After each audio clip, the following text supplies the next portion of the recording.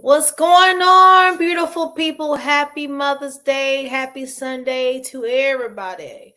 So, I just want to take this moment to shout out to all the mothers out there in the land. Hope you are enjoying this nice holiday with your family and your children, your loved ones. I want to welcome to everyone to Boss Talk. My name is Nia Ridgway of the TMAX Network. And I would like for you guys to go ahead, if it's just your first time here, subscribe to our YouTube channel at TMAX underscore network and Facebook group TMAX Network to stay up to date.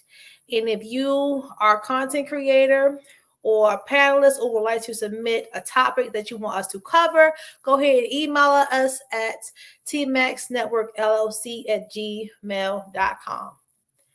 So let's get into this thing already. I'd like to introduce the panelists. What's going on? How are you, Denise? Hey. How are you, sis? Happy Sunday. Happy Mother's Day. Yes, Yes, happy happy Sunday, Sunday. happy Mother's Day to you. Thank you. And let's welcome Mr. Keith Carter. Hey, how are you? Good. How are you? I'm as right as the mail. Thanks for asking, and happy Mother's Day. Most of the time when I say that, nobody knows what I'm talking about, but I see you picked up on it right away. Well, it's definitely a pleasure to have you here. We're here on this wonderful Sunday, Mother's Day. Thank you both for taking your time to be here. Um, and let's jump into the first. Well, hold on. This is your first time here, Keith, right? Let's give a little background on you so people can know who you are. So I can pull him to the screen just to introduce yourself really quick. Uh, my name is Keith Carter. Most people don't call me that. They either call me Mr. Carter or they call me Carter. You say Mr. Carter, I'm looking for the old man behind me, my father. 51 years of age. Uh, I currently live a little bit outside of what they call hotland. It's definitely hot down here today. And don't have any children. I am in a committed relationship. Uh, we're going, hopefully, into about 2 years presently. So I currently work in law enforcement and have done so for the past 18 years. So please don't throw trash, hiss, boo, or anything else. It is my profession. It's not who I am as a person. Well, appreciate you. Hi, Miss Kathy. How are you, beautiful? I'm doing well. How are you? Good. Welcome to the panel as well. Quick introduction on yourself. All right. I am Kathy Jackson. I live on the outskirts of Atlanta in Ellenwood, Georgia, and I am in education, getting ready to retire and start life all over again. Well, no, I'm continuing life rather. In about 2 years, I have two grown children and a grand princess who is 7, and a grand prince who is 14 months. And oh, I enjoy life immensely. And when I saw the topic of the conversation, I said, oh, wow, I definitely need to be in that conversation because I've been on both spectrums of that situation. Okay. All right. Hello, Sadidi Woo. How are you? What's going on, Miss Monroe? How are you? So, before we jump into a hot topic, what I like to do is give us a warm up topic first to get our juices flowing. Okay.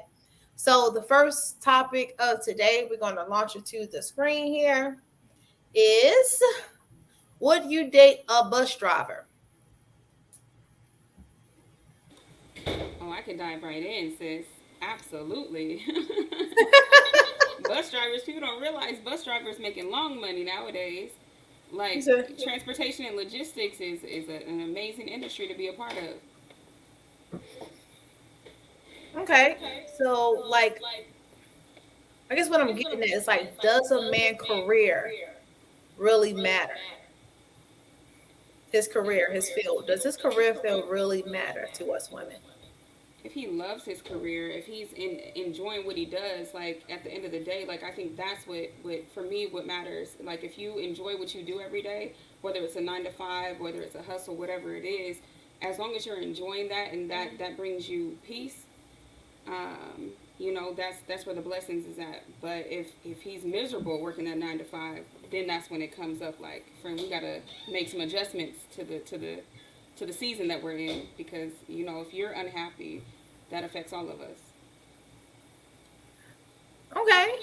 Okay, so it's like if that's his passion and he feels great about it, then you like I'm cool. All right, what about you guys? What you say, Miss Kathy? I feel the same way. A career doesn't make a person. It's the person's heart that matters. So if they are in Mm. a career and they are willing to work together as a unit, as one unit, and we can make it work, and they're happy, and we enhance each other, go for it. I've always been taught that regardless of what you do, be the best at it. My dad used to say, if you sweep floors, be the best floor sweeper there is. So if your heart is into it and it works for what both of you all are looking for, and especially at this stage in life, it's not about money. It's about being happy. And what does it take for you to be happy? And if you're with someone, what does it take for you to be happy with that person? Right. Okay. Carter. Here, What you got, sir? You can put it any way. Would you date a bus driver? Because we have female bus drivers out here. Would you date one? I got a better question about Okay. whether I would date a bus driver. Would I date a woman that has no character, no class, no tact, no couth? Would I date a woman that feels like it's more important to show off her assets to the world? Would I date a woman that has no virtue? Would I date a woman that doesn't know God? See, I think what Mm, people more so are looking at in a particular in today's days and times, we're not concerned about the heart. We're concerned about the packaging. And, you know, I think a lot of things with people are transactional and they are temporal and proximal. What I mean by that is, huh, here I am sitting wherever it is that I'm sitting, and I see Kathy, and I'm like, oh, well, there's Kathy over there. I don't really have anything going on, and maybe she doesn't have anything going on, so maybe me and her can hook up. Now, she and I may not even have very much in common, but at that time, mm-hmm. Kathy was within my proximity, so it was like, that's who I'm talking to instead of taking out the time to get to know a person. If a person has no value, yeah, I said it. If they have no value outside of bending it open and busting it wide open, be it a man or a woman, that's not somebody, as far as I'm concerned, that I'm interested in. I don't care, and I'm not being boastful or a braggart. I've dated women that were millionaires. I've dated women that worked in the service industry. I don't care about, and I can say a lot of men don't care about what you have. Mm-hmm. I had to learn as a younger man, when I would hear the term security, security didn't mean this man is going to come home after work and doesn't do anything he doesn't have any business doing. This man is going to make sure that the household is provided for, that the children are safe, that the woman is safe and nurtured and well cared for, and that she feels loved, that this man is going to preside over his household like a godly man, not a dictator, to be a proper head and not a dictator.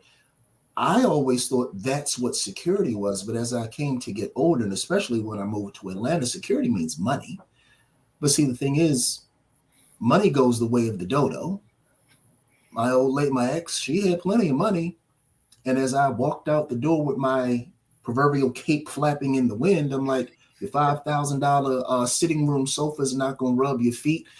Your Mercedes Benz, whatever, is not going to listen to whatever it is that you went through while you were at work.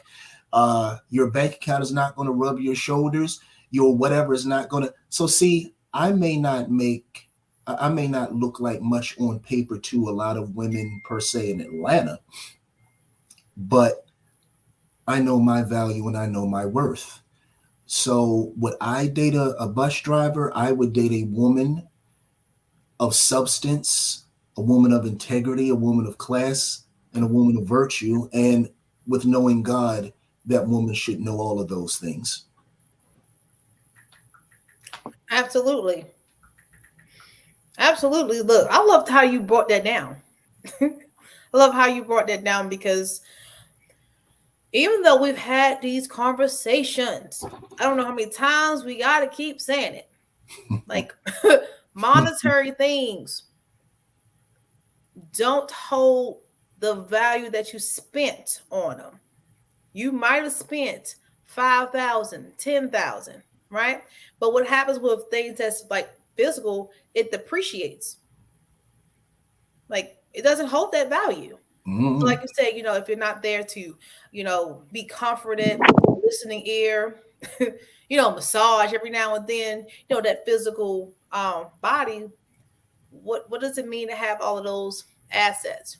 But we do have a reaction video. Now I got you guys to speak on it before the video. I just want to launch this video and get you guys' opinion after.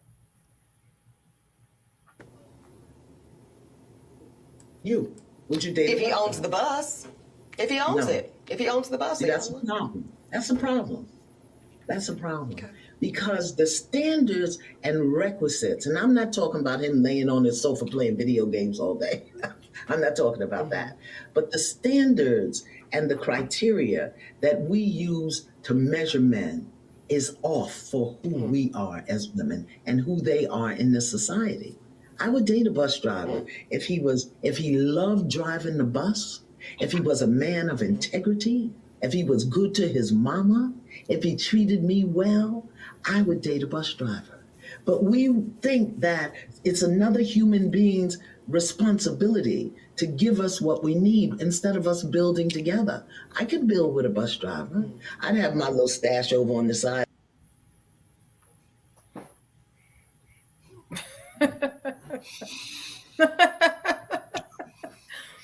All right. Response to that. I was married to him. Wow. Mm-hmm. So what was that like? Well, because he was a workaholic, it became a problem. But he was a good man, still a good man.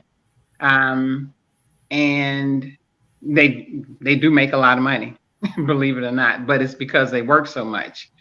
But I go back to it comes from a person's heart, though. You have to be willing to want to make the relationship work. You have to both want to put in the work to make it work. You have to have communication first and foremost. Well, first and foremost, you got to have God in your relationship. And then secondly, you have to have communication in your relationship. And then it has to be that trust there as well. So to me, if the foundation is not set, it doesn't matter what they do.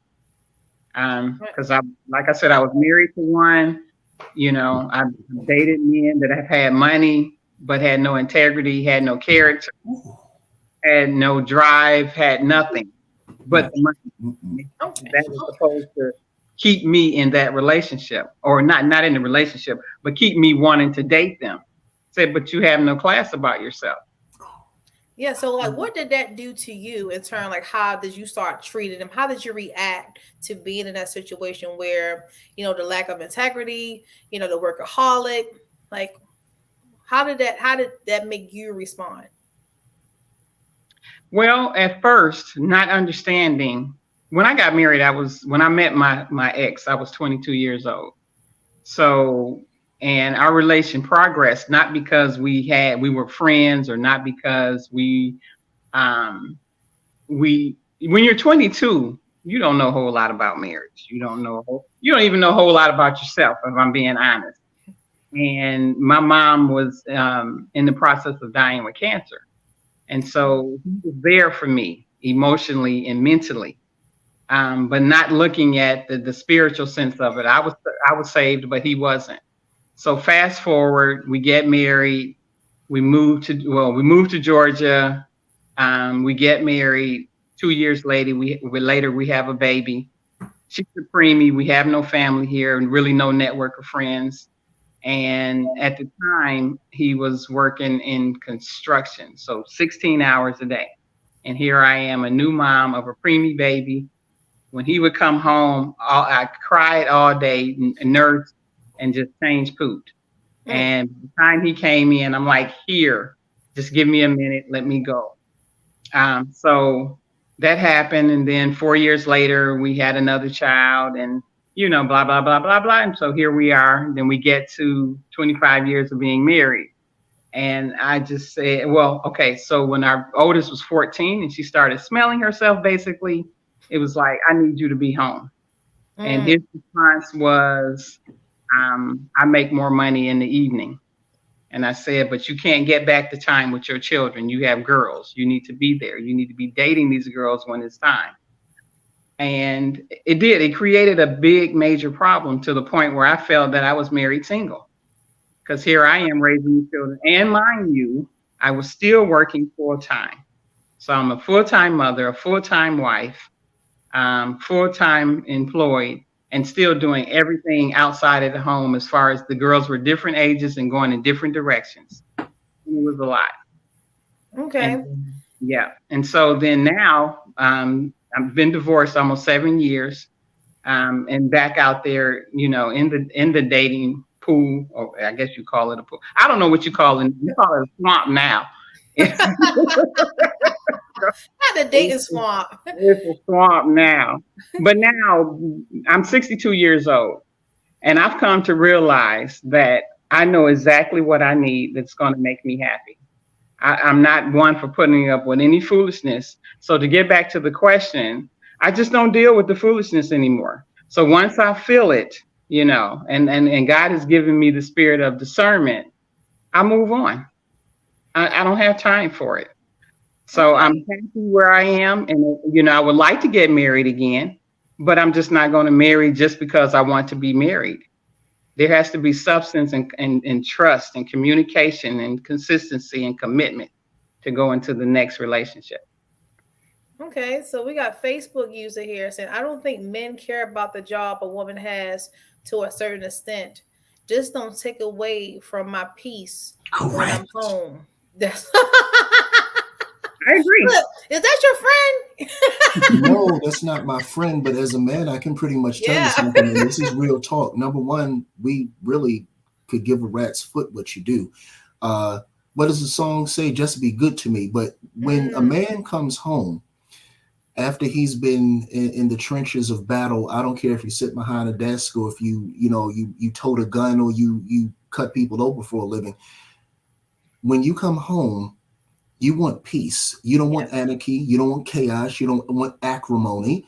You want peace. And, Samson, knowing that Delilah, because Delilah told him what she was going to do to him, but he laid his head in her lap because she gave him peace. And ultimately, we all know that she defiled him. But men don't always go with the most gorgeous of women. They don't always go with what all it is that a woman has, because overall and in general, we were taught to do certain things, so we don't really care. That's why some of us are not sitting at home playing Xbox and Right. sitting on our behinds. We go out here through the power of the Lord and we make it happen. But when we can come to that woman that's kind to us, that gives us peace, this nurturing, that you can lay your head in her lap and say, these were the woes of my day, and feel comfortable that those words are not going to be later weaponized against you, then that's what you want. You can, Can no I go disrespect, back ladies. to that part where the weaponizing of the words? Ladies, I want you to really, really pay attention to that. A lot of us are men. telling us that once they give us a part of their heart, once they give us insight of what's really going on with you, with him, as we begged him to communicate, do not take what he told you and use it as a weapon against him. Do not take what he told you and make it a topic of conversation between you and your girlfriends. Just like, don't. That's the vulnerable part that we want our men to have with us. And that's where a lot of bridges are being burned down. He needs to have a safe place. Just like we require a safe place, he requires a safe place as well. Okay, sorry, I just had to say that. No, you're 2000% correct. In closing with my comment, I'm a Mustang guy. Love Mustangs. Mustang that I would like to have is be a 1967 GT 500 Super Snake, $150,000 car. Now, if you gave me that beautiful car and you set that car in front of me and it had no engine and no transmission in it, the only thing that I would do is say, I have a beautiful car with no engine, no transmission that I can't drive, and I've come now to resent this beautiful car. If you have a beautiful woman that doesn't offer anything other than physical attributes or holding, her resources over your head, that person is going to be someone that you resent, and you'll just get yourself a Yugo, a Geo, whatever those old school cars were that were $2,900 back in my day. So I have this question too. Like, so for the woman in the video, she said that she wants to own she would date a bus driver if he owned the bus. Right. What do you think is going on with the women of this generation saying that they need a man on a certain caliber? Like, why is it so frowned upon, like, for a typical average occupation? What do you think is going on there? I personally think it's insecurities. Like, if he doesn't own the bus, sis, what do you own? You feel what I'm saying? Like, you want him to own the bus, but at the end of the day, like, he's building towards something. A bus driver, the thing that is dope about construction workers, bus drivers, garbage men, dirty hands equal clean money. You know what I mean? A lot of us had to get it in the mud. So for a man to go to work and put in his time and his effort into a career, whether he owns it or not, that's irrelevant for a woman like me, because at the end of the day, you didn't have to choose this career, but you're going to work and you're showing up and you're putting your integrity and your character on the line every single day, and you're building your career. I rock with that. But somebody who's like, oh, you have to be the owner to sis, you have a lot of insecurities that you need to unpack. Like, what's up with you? Because at the end of the day, like, that man is really fighting for a better life for himself. Because from street level, at the end of the day, he don't have to be a bus driver. He can make more money as a street pharmacist, whatever he chooses to do. But he's choosing to go about it in that way and make his living that way. You should rock with him. You should make sure he got a hot breakfast, a hot lunch, whatever he needs to be able to be successful in his day. As a woman, you want to provide that to him, because you don't have to go out there and do that. There's a lot of other methods. And to me, it's like whoever Facebook user is on YouTube that said, be his peace. That's what a man is really looking for, somebody to be his peace, because the world is going to tear him down enough. He doesn't need his woman to tear him down as well. So it doesn't matter if he owns the bus or if he's driving the bus. It matters that he every day for blood, sweat, and tears into his career and his habit.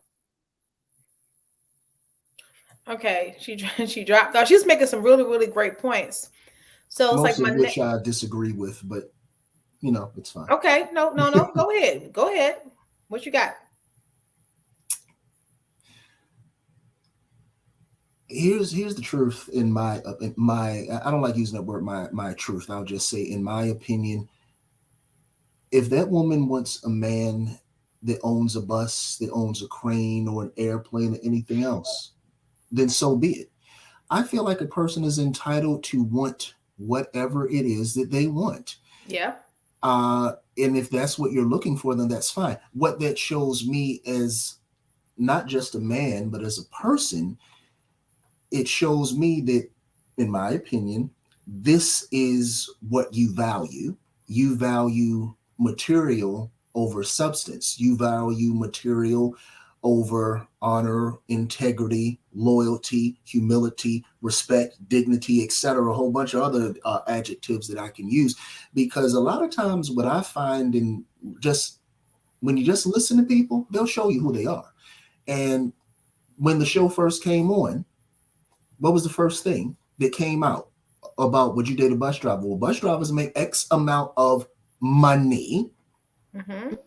And I'm just like, oh, okay. So we're and see, that's the thing about men. Men of virtue have been reduced pretty much to nothing if you don't have money. So my thing, my mother used to tell me, don't go where you're not wanted. If someone doesn't want you, then just don't go there.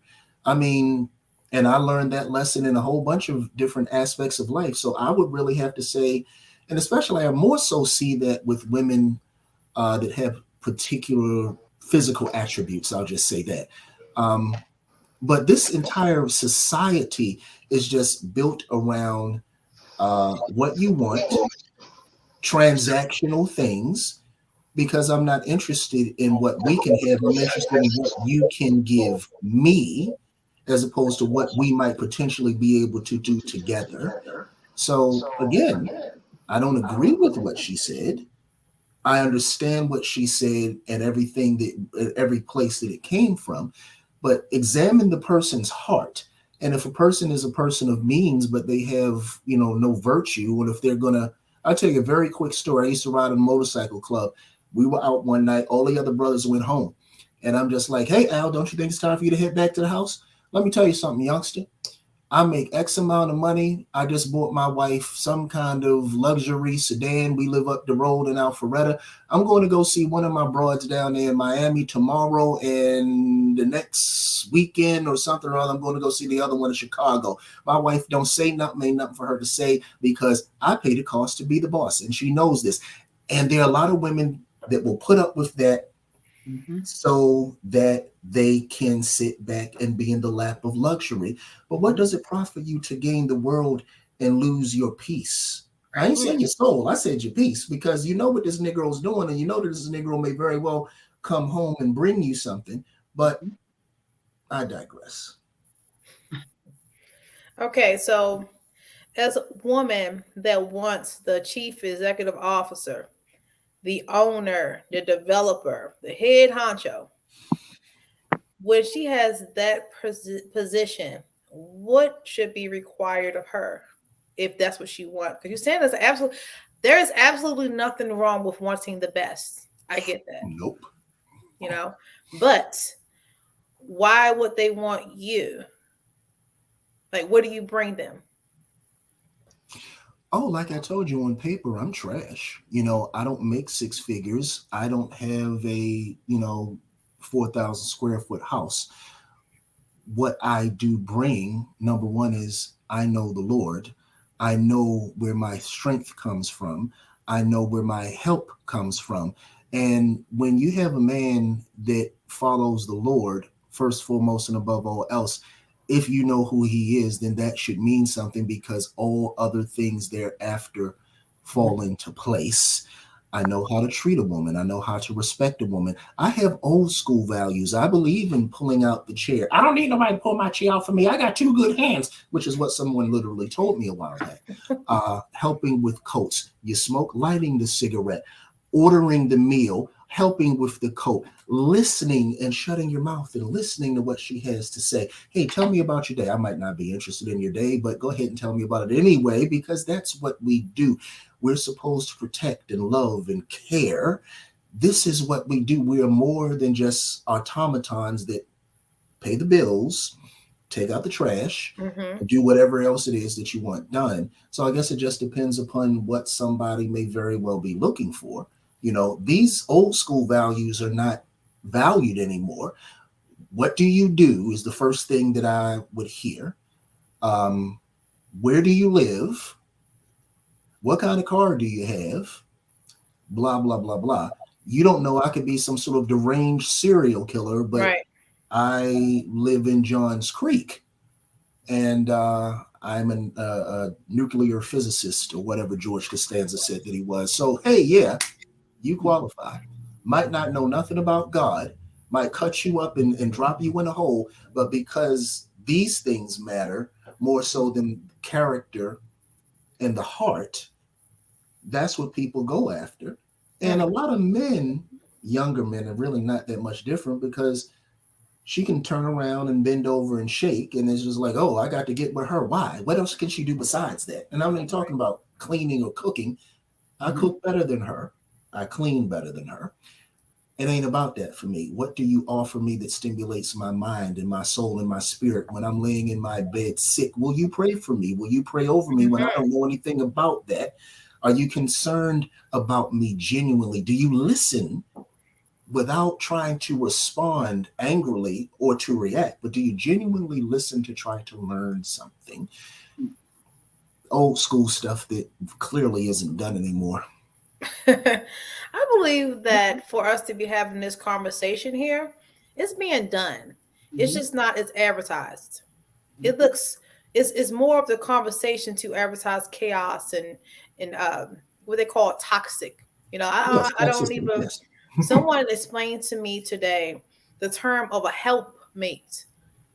I was like, helpmate. Say helpmate to me sound like charity, but it's like helpmate is someone when you come in, you you basically agree that you're helping out in whatever area, mostly financially.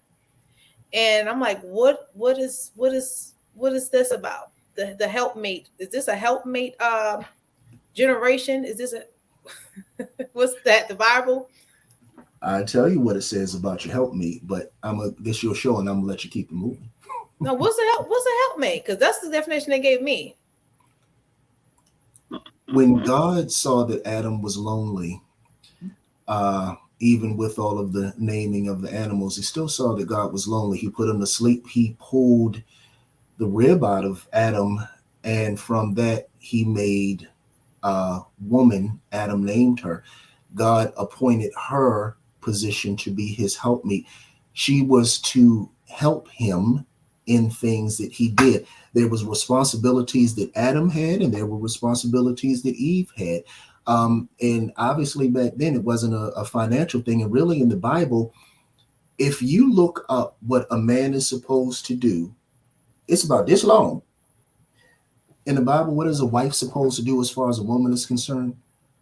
Show her husband respect. Now, there are attributes that the Bible indicates that a woman is supposed to that would have as a wife, but they are not requirements, and people confuse the two. So the only thing that a woman is required to do by God that is married to her husband is to respect her husband. A husband is supposed to love her like Christ loved the church, and that's a lot of provision right there. I could go off into it, but I won't. So it's not just about someone coming together and helping you financially. My old lady, uh, she contributes. Uh, she contributes. I'll just say that. Now, I deal with all of the bills, but all of them.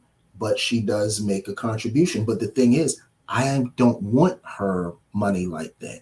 I'd rather you keep your money and do whatever it is that women do with it, because that's supposed to be my responsibility. And God has placed me in a situation where, as though at right now, at this time, I'm able to do those things. Um, the only issue thereof is I'm not omnipresent. I can't be everywhere. So you can't get mad and complain and moan about, well, you start work at 6 o'clock and then you don't come home till 11:30. Yeah, but you don't pay the bills. I do. I give you everything that I can, but I can't be every place all the time. And this is just where we are now. Okay, so the definition of helpmate in this generation has greatly changed. Mm-hmm. Helpmate seems to be more of I need you to help me, and I absolutely have no requirements of what I want to do for you. There's no lack of balance there. So you guys actually gave some really great perspectives. I'm sure that anyone that's watching, it's like, now the antennas are up because we what Denise shared with us and what Carter shared with us was like, yeah, definitely on point. Definitely on point. We got definition. Helpmate is a helpful companion or partner, especially one's husband or wife. Yeah. Okay. We definitely got that understood and cleared up. Yeah, Understood and Genesis cleared up. 2:18 invoking what is this? I need to put on my glasses. Aloneness, earth, open divinity, and okay, yeah. Yeah, pretty much what they said. It's, you're being there to help somebody. They're not a crutch. You're not a crutch. You help each other with what each other stands in need of. It's not supposed to be transactional.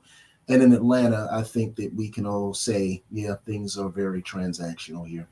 Okay, so when you keep saying transactional, transactional means what exactly? What do you have? What can you do for me? What can you do for me? That's why people want to know what you have, because if they know what you have, they have an idea as to what all it is that they can get from you. If you don't have anything, then they don't stand anything to gain. Now, again, watch this now. They're not concerned about, they don't ask you about your personality. They don't want to know if you had a good relationship with your mother, your father, any of that stuff. The first thing that people want to kind of know is, well, where do you work? Now, that's just something people have in general conversations. No, from what I do, and I've been doing this for 18 years, I can read in between the lines. I know people. I can look at, that's why a lot of times I don't even look at people when I talk to them, because I start picking apart what they're doing from their body language. And I'm just like, okay, you want some foolishness and you lying, I'm out. But no, it's transactional. Well, what do you have? What can I possibly gain for myself monetarily from you? And it's the same thing with guys, because they're looking at some guys, they're looking at a woman for the way that she looks, or you actually have some men that lay up off of women and play video games all day long. I'm like, what kind of man is this that you're just sitting around in some woman's house playing video games? And you should be ashamed of yourself. What's wrong? When I wasn't working, I like to went insane. And you living off of a woman, helping is one thing, but just I'm going, Kathy make plenty money. I'm just going to sit back and kick up on the sofa. And, if I can, play some games and, work a little things out here and there. No, no, that ain't, that dog won't hunt. Not as a man. Right. I Well, agree. we're like, okay, so as a man, is it, I don't want to put any weight, but like, what do you have friends? Like, is it a code where you like, hey, bro, like, why is you laid up in this woman's house? Like, do anybody say anything? Like, as your brother, like your friend? Well, you gotta, with all due respect to that question, you lay down with Peruvian dogs, you come up with Spanish fleas. Hmm. These jokers typically are hanging out with other jokers that do the same thing. So that's why there's no accountability. You Mm, can't have an accountability partner if both of y'all going out getting drunk every night and one's supposed to be accountable for the other. Right. So, you know, if they're both kind of the same mindset, Mhm. there's not going to be a lot of people who are going to sit and say, hey, dude, why are you just taking advantage of that woman? You call yourself being a man, get up and do something. Don't you have some pride in yourself? Not even, y'all have probably seen a thing on Facebook, and it's a joke, but it's serious. So you actually need a job and a house and a car to date? It's like, no, you need a job and a house and a car so you can live as a grown, responsible man.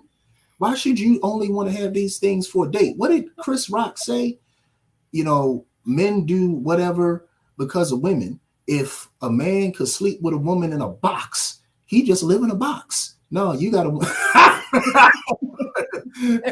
you you should want it for yourself. It shouldn't be for anybody else. If you want it and right. you bring somebody else into it, or you start building something together. My old lady put stuff up in the house because she moved in here, and she's kind of put her own touches on stuff. Most of the stuff I'm good to go with. That bathroom, though, not so much. But it's like building things together. Like Legos, they fit together. But you Okay, so also have to look at, I'm sorry, you also have to look at the caliber of women that allow these men to lay up in their house too. So, I mean, and with them, yes. I find it to be, and not necessarily in my circle, because we we we hold each other accountable. I'm not the best person in my circle because I don't want to be. Otherwise, I have nothing to aspire to be better. But you have these women that I've seen, and a lot of them are women of caliber. They work in these Fortune 500 companies that allow these men just to say that they have a man to lay up in their house, not paying any bills. You can drive my car, you can do whatever. Mm, So yes, we do need to hold men accountable, but then we also need to hold women accountable as well. yes, Because if you absolutely. have self-respect, you're gonna let any dog come and lay up in your house.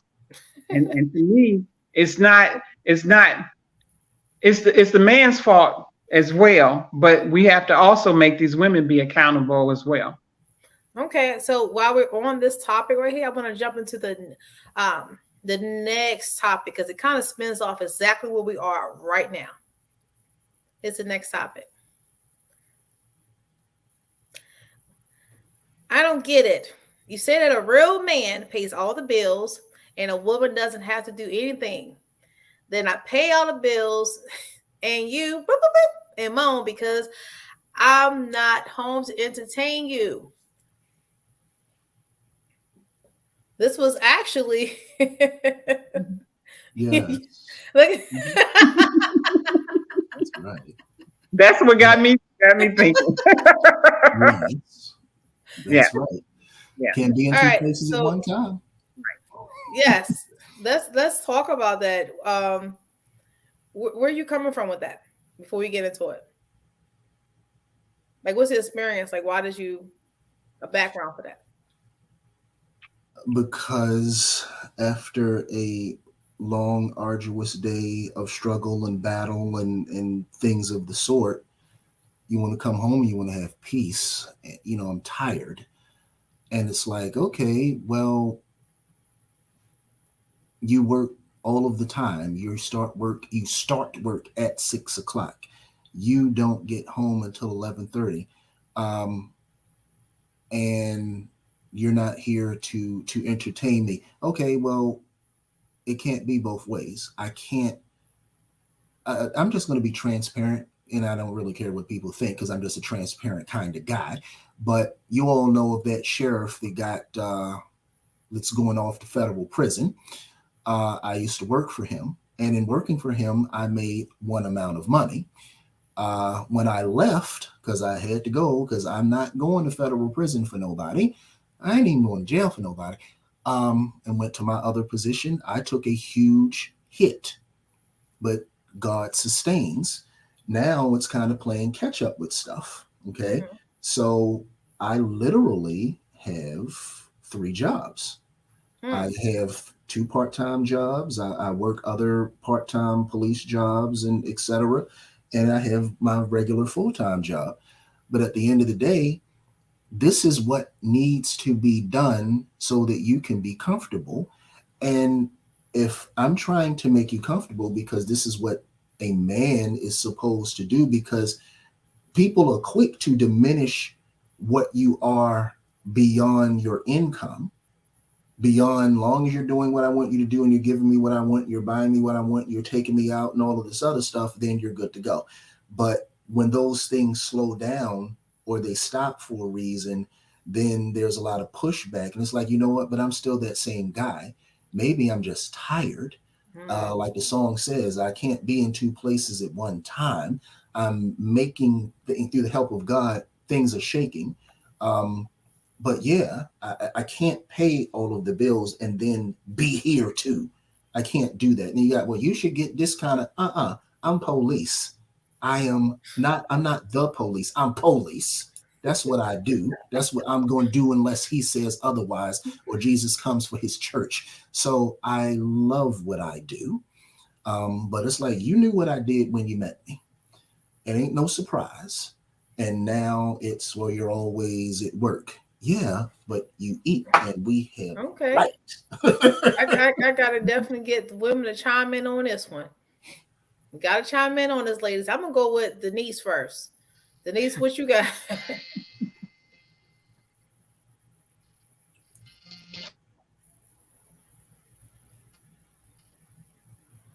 Oh no.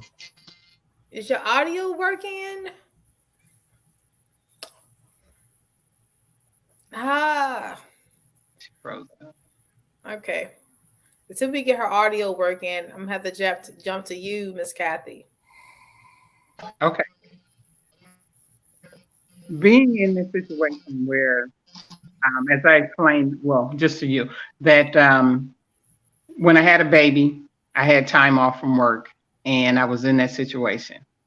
Um, and there are different situations and different scenarios where that happens. So yes, I was raised to believe that a man is supposed to pay the bills, right? My mom was a housewife for 68 when she had my youngest sister, and then she went to work in 79 when my twin and I went off to college. Now, I'm a firm believer in it takes two people to make it work. One thing that my father said to me and my husband, well, fiance at the time, he said, do not live off of two incomes. He said, even if both of you all work, do not live off of two incomes. Save one income for rainy days, for whenever, whatever. And so I wish we would have taken that advice because when hard times came, then we would have been more prepared. But Mm, I also say that it hmm. Keith, I'm not trying to step on any toes. Okay. I just want to say that I'm not trying to step on any toes. When a woman has an expectation of a man, regardless of what the expectation is, there has to be communication from the beginning of the relationship. And I'm not saying that you all didn't have that because you said that she knew what you did before you all got into the relationship. So communication at that point to be was, this is where I am now. This is what I'm willing to offer. And this is what we can build on together. Because if you're not building it together, then it's not going to work mm, because she's going to feel we women are emotional, which all men know that, and women know. Mm, mm, mm, mm, mm. We claim that. yep, Anybody I claim it. and so our experiences are based off emotion. But the thing about it, if you have these conversations and say, look, this is where I am, this is what I'm willing to do. And I mean, I applaud you for being the man that you want to be and paying all of the bills. Yeah. But you also have to have, she has to have her time with you. We have to feel security, not just financially. We have to feel security within our heart with our relationship with that man. Okay. Like I said, I fully understand what you're saying. You want to pay the bills, but at some point, where's that compromise? Okay. So if you want to work till 11 o'clock at night every day, then where am I getting my time with you? So I don't want to step on any toes. It might be to the point where you can say, well, okay, if you take over such and such bill, then maybe I can cut out one of my part time jobs. Then we'll have more time to spend together. No, It's no, all sure. about communication. No, you're not doing that. Oh, okay. Well, Well, it's all about I offered that one. It was like, oh yeah, no, we're not doing that. What, pump your brakes there. I ain't said all that now. I ain't said all that. But well, I'm gonna get Denise. Are you able to speak now? I am, sis. Sorry about that. Oh, no She done went problem. outside. Uh-oh. Look, I had to go outside. My laptop was going to update, but what I really feel is like I'm on the West Coast, so it's a lot different from in the South. You know what I mean? Like men in the South, they choose to take on that role of we're going to pay all the bills, we're going to make sure everything's good. On the West Coast, it's really the woman that's coming to the table, making sure that everybody's eating at the table. From my perspective, and at the end of the day, like it's tough to hear a man say like, I'm gonna take care of all the bills, and like because I'm providing for you financially, you should be okay with just being okay and entertain yourself. Because at the end of the day, like you should be single, friend. Really, because your woman is gonna make sure that you're good. Your woman is gonna make sure that your house is clean. If you're saying you're gonna take care of all the bills, she's meeting you where she is. She's being your helpmate. She's being that Proverbs 31 woman. But a lot of men don't even really want that nowadays. What they want is somebody that's going to uh, allow them to flow the way that they want to flow. And then at the end of the day, what you bring to the table is what you bring to the table. But for a woman like me, like I really believe in like we invest in each other. If we're investing in each other, you go out and get the bag, I go out and get the bag, and we come together and bring it together, and we connect the dots that way. I don't believe in like it's just on you, because if it's just on you, this world is gonna eat you up and spit you out. Period. But as you're a woman, I'm gonna hold you down. I'm gonna make sure that you have everything you need, because I need the same thing from you. It's a give and take. It's a two-way street. I found love on a two-way street. I'm in love under new management, baby. Like I don't ever want my man to feel like he got to go out there and do it by himself, because that's not how it works for me. I'm equally a hustler. I'm equally out there digging trenches in construction, because at the end of the day, like that's what we have to do to provide for our family. That's what we're gonna do. We're not just gonna say like you got to go break your back, and at the end of the day, I'm just gonna be here barefoot, pregnant in the kitchen. That's not my bag. You know what I mean? Like I'm not a millennial, but I'm like a millennial. I don't really rock with that. You know what I mean? Like I'm gonna make sure that we have that we need in our home, but at the end of the day, I'm gonna also go out there and put in work as well. Roll up my sleeves and get it done. Period. Yeah, because it is frustrating.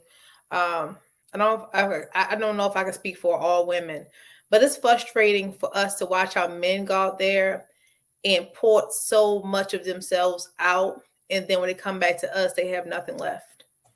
So it's like, okay, what am I contributing to help us build, to Right. help us? What can I do? So that's when the, you know, can you spend more time with me? The calls, the nagging, that is really our love for you, showing up at the workplace with the lunch or whatever. It's really our love for you, because like, man, we do appreciate what you do as men to break your backs and provide, but if you're giving the world the best of you, we get the rest of you.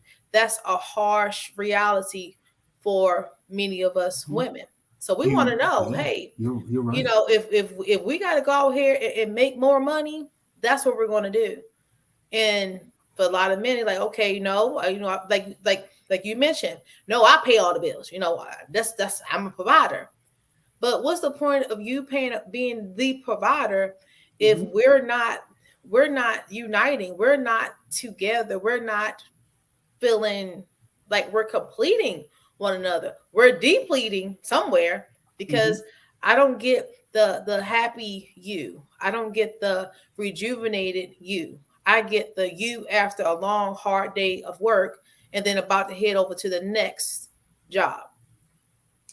Wow, it's just like you were sitting outside in the car after church, listening to that entire conversation, and the thing that kind of confused me is I'm like, well, so when we're out to brunch after church, or when we have the date night, or when we go to Tennessee, or when we go to the movies, or when we go shopping, or it's like you quickly and conveniently don't remember those things.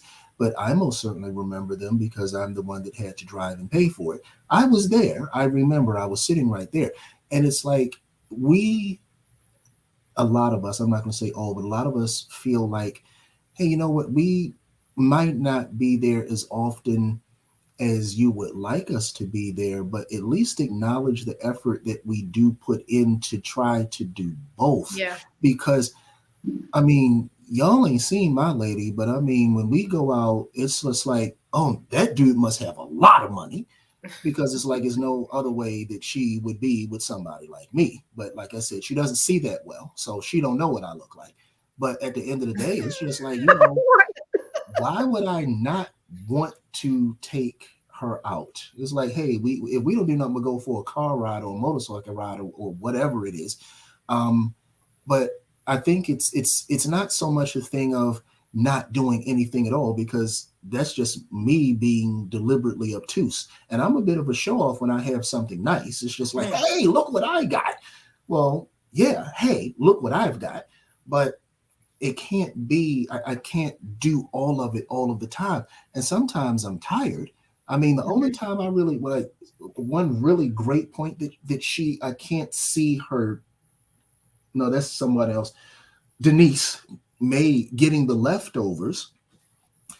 Ladies, sometimes all we have for ourselves are leftovers, because as a proper head, when you're dealing with your lady and the children and the family and the extended family, because all of those things fall to that man. And then it's like, and I'm still having to deal with work and all of the other stuff that goes with that, especially in my line of work. And it's just like, great Caesar's ghost. I am physically and emotionally drained. I'm tired. I don't have anything left for me at the end of the day, because I try to make sure that everybody gets their piece. And it's like, well, I'm gonna drag myself to the gym at 2 o'clock in the morning, uh, dead behind tired, and know I have to be to work at 6 o'clock. But at the end of the day, we just want to be acknowledged that it's not just all we want to do is work. That's crazy. Only way a man wants to just work all the time is if it's something going on in the house and he can't get no peace there. Yeah. When you sitting outside in your car because you can't have no peace in your house, that's a problem. Been there and done that too. So you Denise is totally completely correct. I wholeheartedly agree with that. You can't just always give somebody the sprinkles of whatever, or the crumbs that fell from the master's table. No, you can't do that, because you're neglecting your lady. And just like you don't want to be neglected, you don't want her to feel neglected. It's a partnership. You know, Right. I can't close the fingers without the tendons and the nerves. Yeah, been had them days too. Promise you. Yeah, 'cause that's one thing that we it's like, if we're going to have a productive man, we understand he may work long hours, but when a person loves you and we looking like, oh my gosh, you're extending yourself to this capacity, like that really hits our hearts. That really hits it. Like, oh, I don't feel that you have anything left for you. So if you had a conversation and you just like, when a man says, I'm drained, you know what that says? Like, oh, it's like, for a woman like me, it puts me into like, oh my gosh, what can I do? And he's like, you know what, just keep loving me. And we sit up here like, okay, loving you looks like what? I want to put a cherry on top. I don't want to be average love. I want to be great love. So that's a heavy weight that a lot of us all have. I don't know if all of us experienced it, but many of us have experienced that. We don't want our partner out here, just like I know you men looking at women who are workaholics. Like, why are you stretching yourself for these people? And then when I come home, I get the tired you, the you that can't even take your own shoes off your feet, the you who need to be massaged down because you're in pain after a long day. You don't like to see that, but that's what we're doing because we have this lifestyle to maintain. But what you did mention were the dates. Dating is extremely essential, in my opinion. Extremely essential. But let it be memorable as well, not just oh, this is something we're going to do. No, this is our time to enjoy one another because we work so hard in this, what we call this place we call life. We work so hard. So we got to enjoy one another. And don't forget those intimate moments. Don't forget the time that that person invested in you. Like, I invested in you. I stopped. Matter of fact, I cut off this entire day so I can be with you. That means don't be taking phone calls, and really embrace what we have versus we're just going to the movies. Nah, that ain't just no movies. That's not the point. That's not it. The phone stays in the car when I go out because it's not about me taking phone calls unless it's my work phone. The phone stays in the car because I don't. It's like you said. It's your time. It's our time. And here's the thing: as an old man, when I'm sitting out with my lady and you're seeing this between couples, I'm like, well, you could have stayed home for that. What are you just sitting there sending? You on fake. The babies is on, and how was that time? You know, time needs to be intentional. It's just not a Right. happenstance. It's like, oh well, we just happen to be driving down the road, so I just pull. And sometimes that happens too. But yeah, you want to have intentional time with your significant other. Absolutely. Intentional. That's a very, very important word. Intentional time, dedicated, committed time with your partner. Mhm. Okay. So I would like to, if there's nothing else on this topic here, if we can, because that was an actual topic that was like, oh my gosh, I see this a whole lot when, like women. Okay, I don't want to move on just yet. Hold on. When us women say that we want a man who is a high achiever, what are we expecting of him? And then flip it. What is the role that we should be playing as his partner? Because you said, like you said, you working long hours. Either I want him in my face all day long, smiling, cuddling, whatever, all day long. I think women who have the issue really don't have anything outside of him. What's for you? What do you have that's straight for you? Right. You're calling his phone all day. You can't be busy doing anything else. You like, what are you doing? Where you at? Um, what are you doing? Where are you at? Find something to do that's productive. So when you guys come together, you don't just have the long. I had a long day talk. You actually have some productivity talk. You know, besides I went shopping or my shoes. It's more like I increased my skill somewhere. I'm excited about my new painting. Me and the girls, we went on a trip and we visited a museum or something. Have something besides you calculating and timing him. Oh, he gets off at 5 o'clock. He should be here at 5:44. If he's not there, like, wait a minute, what's going on? And that's a problem, you know. But it's like we love our mates, we love our men. Of course, you men love your women, but what do you have for yourself? Mm, mm, mm, mm, mm. That's what I was saying earlier. You have to be yourself outside of the relationship. Because what are you bringing in? You're bringing in your beauty. You're bringing in, maybe you might cook a little or something. And as I was saying before, that you have to be creative as well. So if the man is working all those hours, what are you going to do for him? What are you going to do when you see, throughout the day? Maybe you know his route, or maybe you know where he works, or maybe you know where he goes to lunch. Meet him there. I've heard women say, I've outgrown him. Where the where in the world are we getting that? Well, I feel like that goes back to what Officer Carter was saying earlier. You know what I Ooh. mean? Like, there's men that want to play video games and do all of that, and it just depends on what that man has going on in his life, the caliber of man that you're dealing with. It What part of you has outgrown him? Are you healing beyond where he's at in this stage of life? Because either you're going to attract him to come to where you are, or he's going to attract you to come to where he is. But it depends on the level. I honestly don't understand the conversation um, when it comes to like the biblical sense of a man who finds a wife finds a good thing and attains favor in the Lord. What the Bible didn't show is a woman's part in that. Like, you get to choose.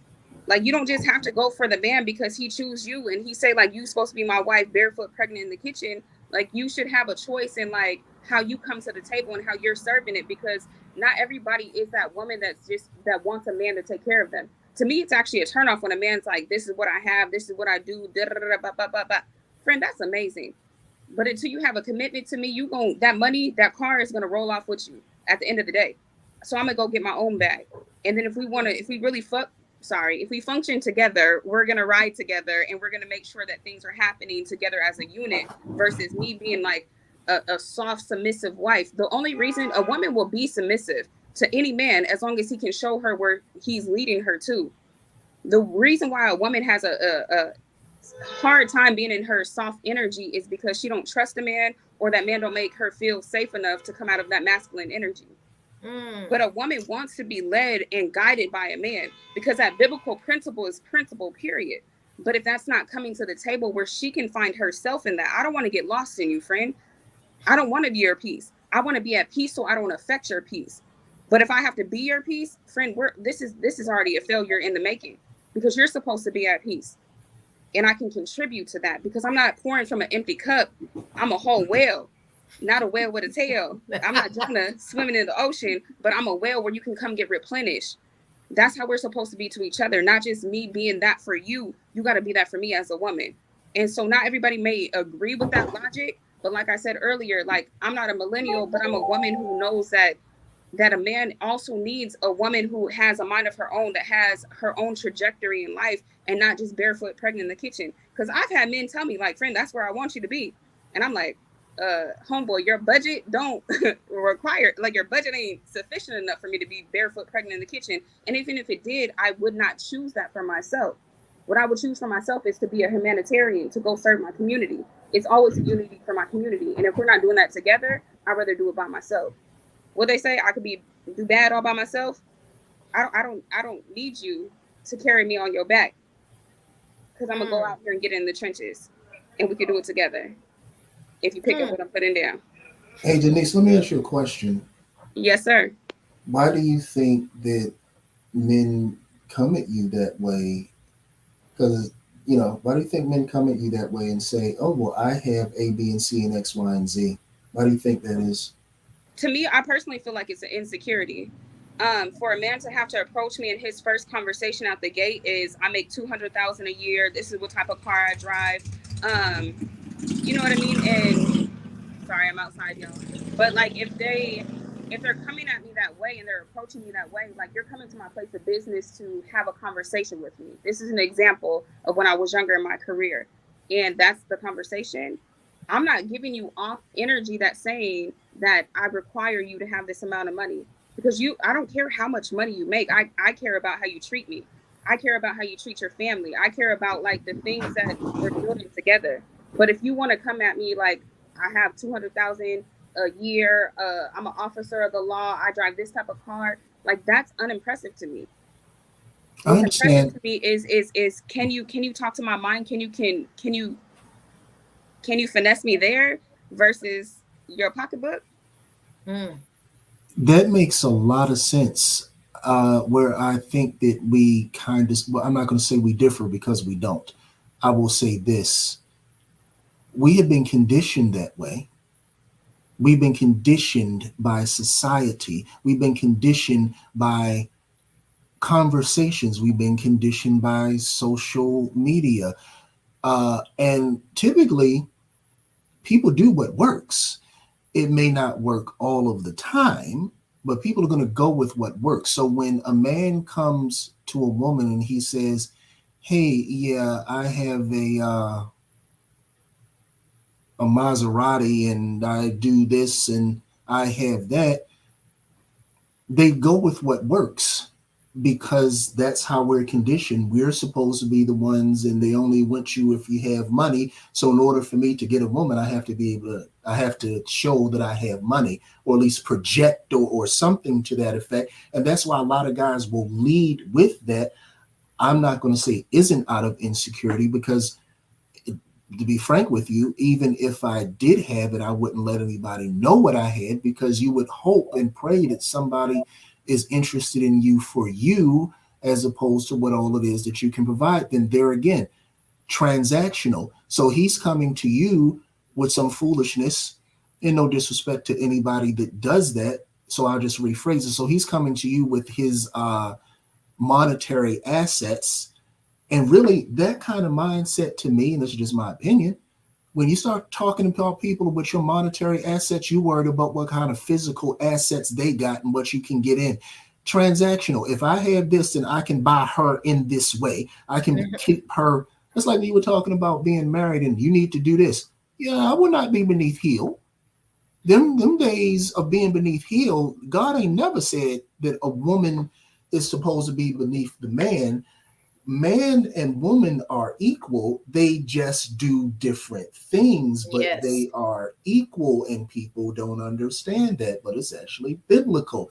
So, no, but thank you for answering my question, Denise. I really appreciate it. You're so great. Absolutely. I love the question because at the end of the day, I truly believe men want the same thing a woman wants. They want to be loved, respected, valued and appreciated.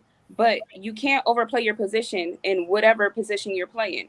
If somebody is not giving you those same things, I don't believe as a woman, because you're like, I'm the provider, I bring all these things to the table. But if you're not feeding me in all the ways that I need to be fed, I can't, one, hold you accountable to that if I'm not feeding myself in that way. That's the first and foremost. So if I'm not living myself correctly, if I'm pouring from an empty cup, I can't expect you to fill my cup. That's not your job or your responsibility. You the top off service. you're bringing extra, okay? Refill my cup. Thank you, appreciate you. But at the end of the day, that's my job and my responsibility. For a man, and I'm a younger generation, you know what I mean? I'm 38, so like I see it a different way because old school principles, a man is going to come through that way. But as a woman that's in the dating pool in the world that I'm in, like we don't see it that way. A man is looking for, what can a woman provide for me? What can you do for me? Most men out here really, and I won't say all men, but I'll say a lot of men are competing with their woman. I don't want to compete with you. Yes. I don't compete. That's I terrible. complete. You know what I mean? Like we're gonna do this together, or we're not gonna do it at all. And so, like, I think that's where one of the biggest breakdowns is that that's where I think it comes from, an insecurity. And that's no judgment to that man, but there's a lot of men that they're gonna lead with their money because they don't think that their caliber of who they are as a human can really entice that woman to stay with them for just That's who they deep are. right there. That is deep right there. And I didn't even think about it like that, but you gave me something to think about. Because like you insecure about who you are, so you hide behind what you have. That part. Unattractive. Right. From the bottom to the top. But the thing is, people don't give themselves time to get to know themselves. Mm-hmm. Yeah. There's a lot of couples competing with one another. They are. Men are competing with women, and women are competing with men. I didn't understand that. Like I thought, when you are together and united and committed, it's a we thing, not I see you doing it, so I'm gonna go out here and do something bigger or greater. Like, what is that? You are trying to create chaos in your own home, in your Yes. own partnership. Yes. That I have a sledgehammer and I see you building up, and when your back is turned, I'm going to knock it down. That's what I'm going to do. We got to remove that. what, We're are, going what, to are, reach. what are we You're not bringing going to up? have what I. If I'm not on top, then nobody. It's terrible. It's Yeah. and that's why in our community we have such dysfunction and disassembled communities. And I'm not just talking about it in a certain financial category. I'm talking about in our communities, period. And it's just insane to me. It's like, hey, what can we do together? It takes you twice as it takes you 2.5 seconds to tear somebody down, and it takes you way, way, way, way longer to build them up. But how much stronger and how much more so solid of a foundation would you be able to be if you came together like the three what you call it rope? So it's like, hey, we can do this together, or you can go your own way and do it. But I'm not going to be in competition with you. I'm your cheerleader. I'm your advocate. You go. You can do this. You've got this. She's joining the choir. I am not going to be like, oh, well, I'm going to join the usher board and I'm going to go forth with my ministry and my ministry will be great. Babe, you've got this. You're going to, well, if I get, no, there is no if you get on the choir, when you get on the choir, and you build them up. You don't tear each other down. The world is going to tear you down. That's what the world does. What can I do to rip you apart? Now I'm coming home to my man or to my lady so they can refresh me, so they can invigorate me, so they can build me back up. It's sad that so many of us are not in decent relationships, which I would love to see you do another topic on something, but I'll get to you some other time about that. Okay. Because I was saying, like, give time to get to know your space. Give time to get to know you. Because once you're comfortable with who you are as an individual, a person, when you decide to partner, it's not that you're not competing with one another because you already know that you're great. We're better together. We're great, but I already know that I'm great without sitting up here trying to tear or jump into your lane. I've seen it so much. Like say when they're doing the little sipping paints, right? You're looking at your partner, you're like, you over there doing something extra creative, and you like, nah, no, that's like fun competition. But when it comes down to um, just trying to outdo one another, far as you have the children who some people have the children that play against one another. Like people think that, oh, mom is better or dad is better, type of thing. So that's where, like, I'm nosy. She's beautiful. How are you? This is who I've been talking about, looking angry and crazy. I just wanted her to pop in to say hello. Say hello. Oh, hello. Hi. Don't be Yeah, bashful. here she is. She's still mad at me from our fighting earlier, but she'll be okay. Goodbye, dear. Thank you for.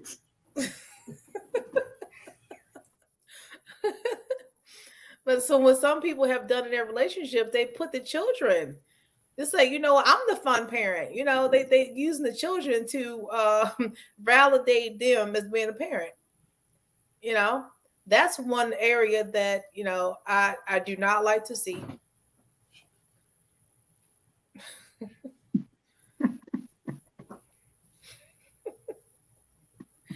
I'm the fun one. I'm the fun grandpa.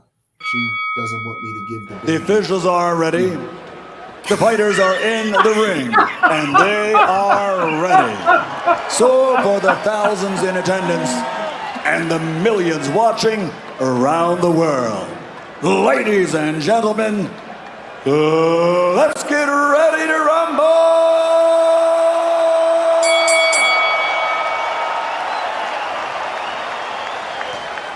Introducing first and world championship titles in a record 8 different weight division, guarantees his place in the Hall of Fame. He's recognized and known the world over as the people's champion. My name is D-Nice. My name is D-Nice. What's up, D?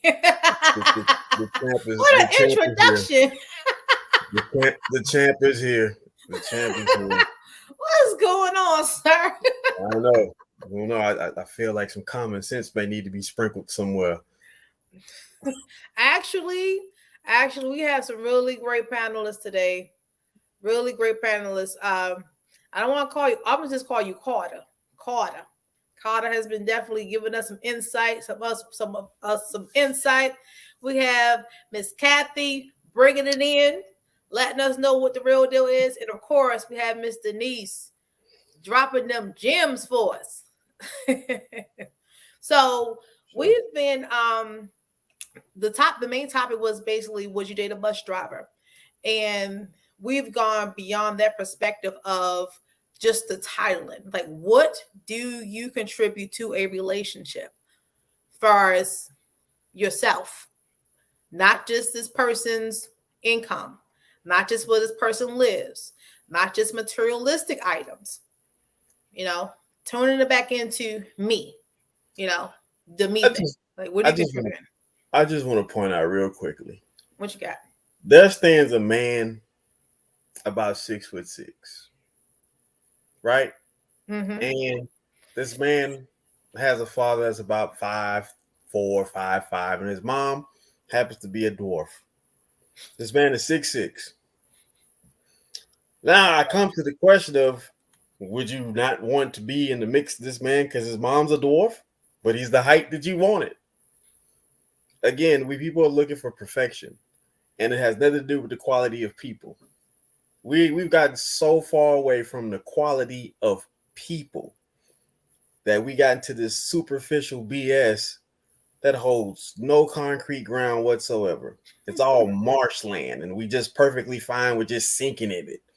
And then talk about, I'm not gonna settle. Everything you did in life, you settled.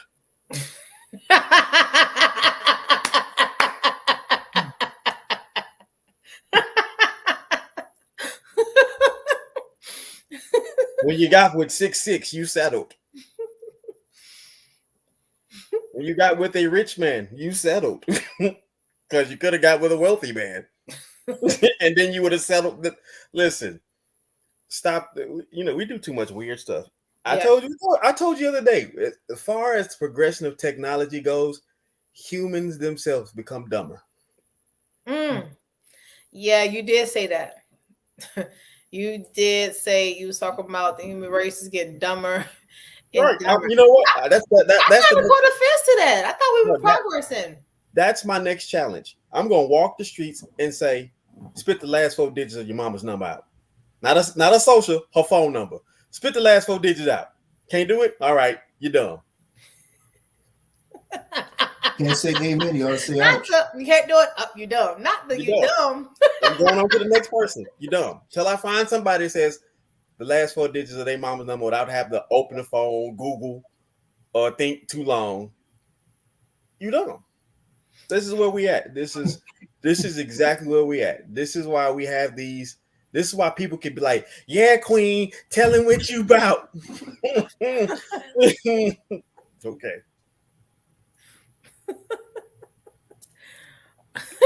Here you go, coming in here. He was ready, wasn't he? Listen, he was ready, but that goes back to what Carter was saying earlier about transitional relationships. Like people that like have that transition, like there's fair exchange is no robbery, one, but like if you're only looking for what you can gain from that person, like that's just how you're gonna move throughout life. So that you're not gonna take no value. What takes value is like, I'm gonna recall that number because that number means something to me. Mm-hmm. That number is going to be a safe haven. That number is hope. That number is peace. That number is love. And if you don't know that, it's like, okay, well, hold on. Let me go to the Rolodex, because who remembers numbers nowadays? There's so many people that are like that. But that again goes back to the older generation. So what are we teaching this younger generation that's coming up that's looking for those type of relationships? Nothing. Yeah. We got a big responsibility. We right there along with them, doing the same damn dances, singing the same damn songs, and making the same damn dumb requests. We ain't doing them goofy TikTok dances now. Oh well, yes we are. We right there. Look, I don't have no I don't rhythm, speak French. but I definitely not. Listen, I'm not saying we as individually are doing it, but we as a group age, yes, we're right there in their mix. We're right there. It's a sad day in America. We ain't just in America. Miss Kathy, you got quiet. Listen, yep. Listen, Keith, I brought up that conversation last time. You might have missed that, brother, but we're going.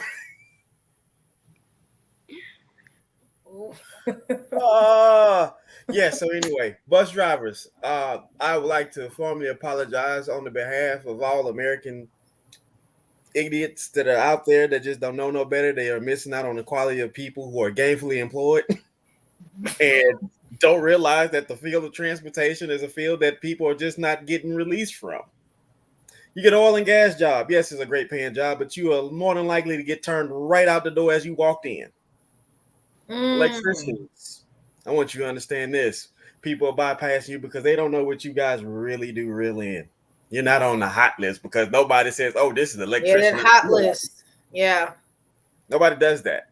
They're looking at the John Morants and the Stephen Currys and the Draymond Greens, and if you ain't one of them, then you just nobody. But That's terrible. nevertheless, let's look at the fact of all the billionaires that are walking around here, and nobody has a clue who they are. Mm-hmm. But talking about I don't want average, you can't spot unaverage. Mm-mm. No. A bus driver isn't average. Like, has No, anybody he's not. have they not read the infrastructure bill? No, Have they not read like again, how this is longevity and prosperity into somebody's career and their future? Like, listen, I don't said understand that gainfully part. employed. Gainfully employed. Period. A field that is not quickly turned around by layoffs. Right. Now, all other Always fields gonna are need somebody to buy the rest. Yep. right, but again, it's not, and even then, because it's not the end thing. You're not gonna date the garbage guy because it's not the end thing. Never mind the fact that he's got a 401k and insurance. Can we be equitable? Can we say the garbage woman too? Because listen, friend, your friend's a construction worker. Like, this is listen, that women are also equally bus drivers, garbage women, cement masons, all of that. You know what I mean? But the thing about it is, you don't hear men talk about I'm not gonna date a woman that's in construction. Oh, definitely. I do in Seattle. In Seattle. Oh no, you gotta be light skinned with a nice little weave. And listen, I'm all of the opposite of that. I'm chocolate and I'm bald headed by choice. You know what I mean? As a man that has worked in construction, I have seen plenty of women of all shades, sizes, and creeds be involved. I mean, so like, where do you guys think like people have? I want to say a nerve. Like, I have a nerve to want something that is above average. Like, what makes people feel like they're entitled to have that? what the fuck is average? Let's start there. Right. Yeah. What is average? Because at the end of the day, nobody's average. Well, yeah. What is average? Take a whole bunch of people and then mark them all out, put them in a little graph or whatever you want to do, and then divide it by whatever, and then you figure out, okay, well, this is the average. But we're diminishing people. We're diminishing people. It's just like a number as opposed to a three-dimensional person, because again, transactional. What can you do for me? Or what was that thing the woman said? Hey, I need you to buy me a house so I can tell my friends that my husband bought me a house. He's like, I got to buy a house by myself. Yes. Transactional. What does it look like to my friends? What does it look like to everyone on social media? And something that Dee said that you have one part that runs after what all it is that you got. And in my field, I see people running behind jokers that are in jail. I'm like, he in jail. He don't have no job. He got to rely on you to put money on his books. He got to rely on you to put money on his phone. And I would dash my head against the stones repeatedly, trying to figure out to myself, do I have to chloroform a woman to get a date? Because either I don't make enough money or I ain't thugged out enough. Oh, you know what? Hold on, Keith. I got one for you. So me and Miette was on Facebook Live, and I was turning my sister on to the Tinder swindler. I don't know if you ever seen it or remember that. Tinder. So this you got to do, brother. You got to swindle now, because this is where it's at. So this is what TikTok has taught me. Hold on, Keith. Hold on, Keith. Wait, just wait for it, because the punchline I haven't even said too much. The punchline I ain't got there yet. I ain't got there yet. Hold on, stay with me, bro. So here's the beauty of it, because TikTok has showed me a lot. I literally got on. I was telling my wife, there's literally a man with a channel with these hamsters, and the hamsters got a playground, and they just running around playing on it. And I'm like, oh, this is cool. And I look at the number in the corner, and it's 24,000 people viewing along with me. Wow. So, okay, I swipe out. As I swipe out, some prison inmates. They in the white shirts and got the 2 bunk beds, and they just up there lip singing. It is 10,000 people in there watching. I got a brother. I swipe out. I land on another brother. Brother is giving financial advice. He's giving insurance advice, telling people what they can do, where they can land, how to get certain interest rate. You want to know how many people was in there? 5. Listen, I was surprised to see 100. It was 100 people in there. And I'm like, now, where life was going to benefit you at, you don't go. You don't go. But yet you make the request that I don't want average.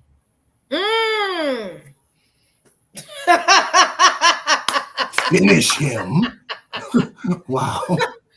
That was dope. And what made it so dope is because it's so true. Because there was a man by the name of Kevin Samuels, God rest his soul. When that man sit up there and ask these women, I hear what you're saying, and I want you to want that. But where do you go to meet these men? You don't go. The beneficial level that was right here for you, because it didn't appear up here, you didn't go to it. So you missed out. But you went to the to the playing field where everybody was at because, you know, it's not average.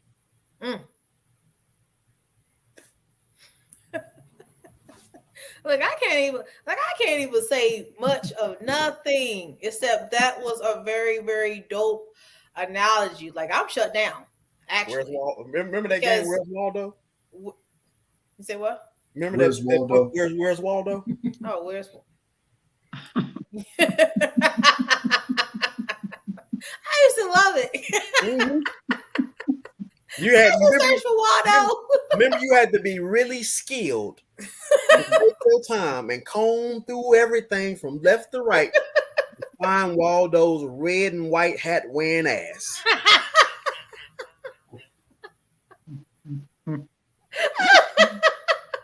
And Waldo, and 9 out of 10 times when you find Waldo, he was sitting right there. Right there. And you like, looking goofy as this brother was right here the whole time. And mom up here, he definitely gonna be up. He was right there. And that's exactly what's going on in today's dating pools. Yes.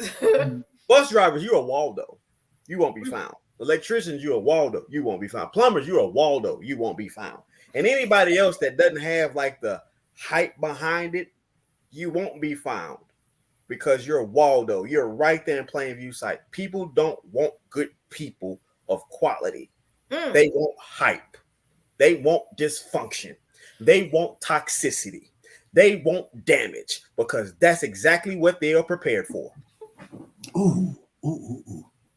You should hear some of these calls that I have to listen to for my job for women that's done got to fighting with men and men that's done got to fighting with women and they end up in jail.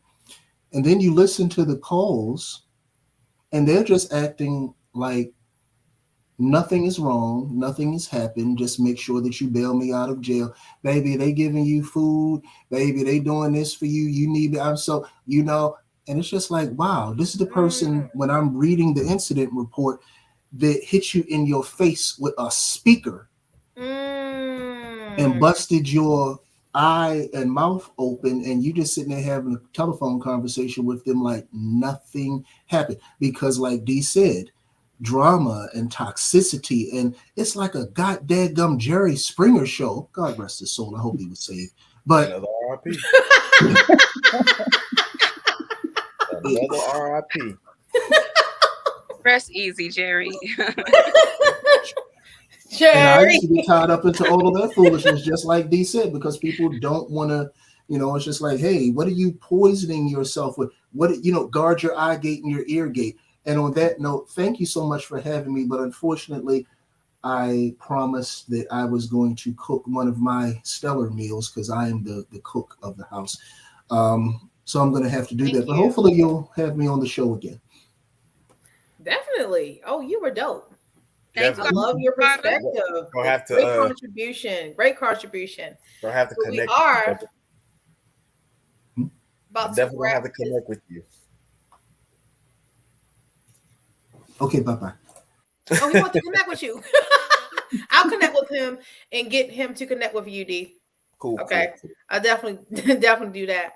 So we are wrapping up. So I do want everyone to pass on your information. Thank you, Miss Kathy Jackson. Thank you. Thank you. So if anyone would like to go ahead and share their follow contact information so people can follow you on social media, this is the time to do so because we're wrapping up for the show. Yeah. The only thing I have is Facebook. I don't do anything else. I don't have time to do anything else. Got you. Not interested. Kathy Jackson on Facebook. Yes, you can connect me on Facebook. Definitely will be looking for you. Happy Thank- Mother's Day, Miss Kathy. Thank you. You're Thank welcome. Share yours. Yeah, that's a big thing. Happy Mother's Day to all the mothers on the panel. Thank appreciate you. Thank you. I would be remiss if I didn't give y'all flowers. Oh, what you've even- been doing on social media has been extremely dope. I love the dedication that you've been. I couldn't stop and see all of them, but I seen my phone is blowing up because you are showing so much love to the women in your life, and that is extremely, extremely appreciated. Not just for them, but for us as well. I appreciate you, D. It's a great list, and I wish I could do more. Honestly, because sometimes, although what I see people being appreciative of, I still don't see that there is enough because I still live within myself and ask myself, is this enough? And it may be enough for somebody, but it's not up to my point where I'm tired of myself at that point. So when I get tired of myself, then I know, all right, I did enough. All right, I did enough. But no, I just want to say to all the mothers out there, definitely happy Mother's Day. Regardless of you consider to be a good mother or a so-so mother, you're still a mother. And because of your contribution of giving birth, you gave the world a gift that we may not know who is attached to. Everybody may not be a Gloria James and have a LeBron James. You might have a Washington Carver Jr., some type of inventor, Dr. Charles Drew type. We don't know who these people are coming from, but that was your contribution to the world. Also to several women that I know that gave birth and didn't get to see the fruit of what they brought to the forefront. I want to say God be with you and your journey on the other side, and to your children. If there's anything I can do, I'll be here. Uncle D loves y'all. And my godchildren, good God, Lord, I got more godchildren than Bill Gates got money. Well, we want to. Look, we gotta go ahead and wrap this up because we have your show, The Missing Conversations, following up, starting at 7:30. So if you guys want to stick around, you may do so. But see you next Sunday on the Boss Talk. Tune into The Missing Conversations, and we'll see you. Have a good night. Good night.